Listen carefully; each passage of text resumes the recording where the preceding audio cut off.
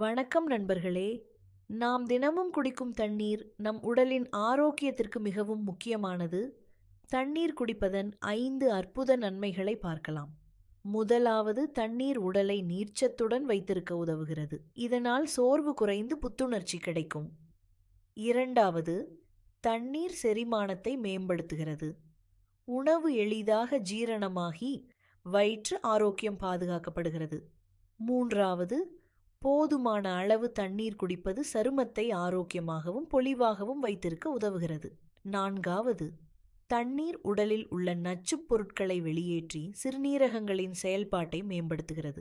ஐந்தாவது, மூளையின் செயல்திறனை அதிகரித்து கவனத்தையும் நினைவாற்றலையும் மேம்படுத்த உதவுகிறது. பொதுவாக ஒரு நாளைக்கு 2 முதல் 3 லிட்டர் தண்ணீர் குடிப்பது நல்லது.